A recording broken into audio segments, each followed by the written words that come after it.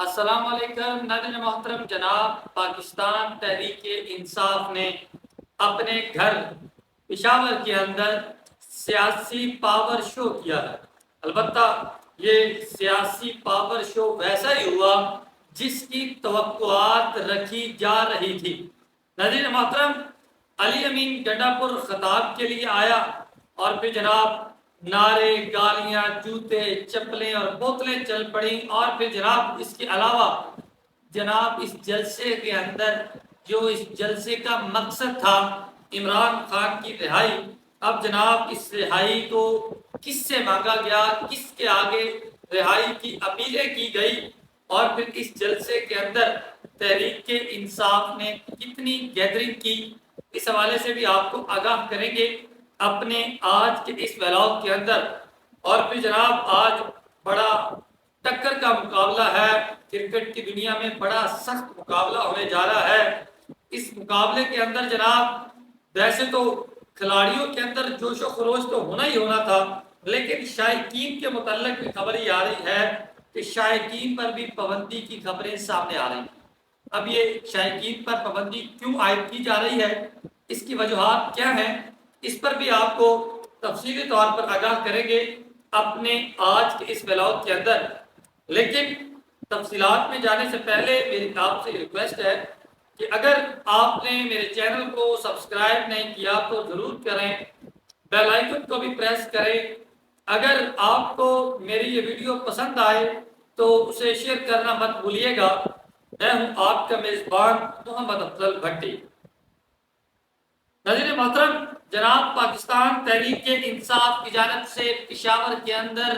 اپنا سیاسی power show کیا گیا، لیکن ناظرین محترم اس سیاسی پاور شو کے متعلق جو توقعات، جو امیدیں رکھی جا رہی تھی، یقیناً یہ سیاسی پاور شو ویسا ہی ہوا، کیونکہ تحریک انصاف کی جانب سے یہ کہا جا رہا تھا کہ جناب ہمارا یہ جو جلسہ ہے، پہلے تو جناب اس جلسے کے اندر 20 لاکھ بندے نے آنا تھا، پھر اس کے بعد اس جلسے کے اندر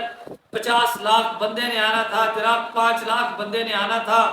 قصہ مختصر جناب پھر جناب 2 لاکھ کے بعد آن پہنچی، پورے ملک سے بغیر کسی روک ٹوک کے، بغیر کسی پابندی کے،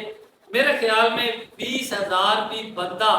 تحریک انصاف اپنے گھر پشاور کے اندر اکٹھا نہیں کر پائی۔ اب میں یہ بات کہوں کہ تحریک انصاف کا یہ جو سیاسی پاور شو ہے یہ مکمل طور پر فلاپ ہوا ہے، تو کچھ دوست اس بات سے اختلاف کریں گے، لیکن میں ان کے ساتھ اتفاق کرتا ہوں کہ بھائی جان مثال کے طور پہ آپ کا یہ سیاسی پاور شو کامیاب ہوا ہے۔ آپ نے عمران خان کے جیل میں جانے کے بعد سے تقریباً 14 سے 15 اپنے سیاسی پاور شو کیے ہیں، اور اپنے ہر سیاسی پاور شو کو آپ نے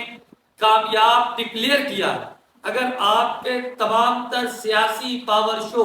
کامیاب ڈکلیئر ہوئے ہیں، کامیاب ہوئے ہیں، تو پھر اس حکومت کا خاتمہ کیوں نہیں ہوا، اس حکومت پر پریشر کیوں نہیں ڈالا، یہ بھی چیز تو ہے نا۔ تو اب میری یہ جو چھوٹی سی گزارش ہے، چھوٹی سی جو وضاحت ہے، وہ آپ تک پہنچ گئی ہوگی کہ اصل حقائق، اصل حقیقت کیا ہے۔ اور پھر جناب یہ جو سیاسی پاور شو تھا، اس سیاسی پاور شو کے اندر تحریک انصاف کے جو قائدین خطاب کرنے کے لیے آتے تھے، یہ جو جلسے کا مقصد تھا عمران خان کی رہائی کے لیے یہ جو جلسہ کیا گیا تھا، تو اس جلسے کے اندر تحریک انصاف کے سیاسی قائدین جناب صرف ایک ہی بات کرتے تھے، اور وہ بات ہمارے اسٹیبلشمنٹ کے سربراہوں سے کرتے تھے، ہمارے سپہ سالار سے کرتے تھے کہ عمران خان کی بات سن لو، عمران خان کی بات مان لو، عمران خان جیسے کہتا ہے ویسے کر لو۔ جناب ڈنڈا پور کہتا ہے کہ آپ 25 کروڑ عوام کے لیڈر کو آپ نے اندر رکھا ہوا ہے، 25 کروڑ عوام کا لیڈر جیسے کہتا ہے اس کی بات مان لو۔ اور جو جناب محمد علی خان صاحب ہیں وہ بھی یہ فرماتے ہیں کہ خان صاحب جو کہہ رہے ہیں ان کی بات پہ عمل کر لو۔ مقصد کیا ہے کہ خان صاحب کی گل سن لو، خان صاحب کی گل سن لو، لیکن خان صاحب کی بات سنی نہیں جا رہی۔ اب جناب کل کے اس جلسے کی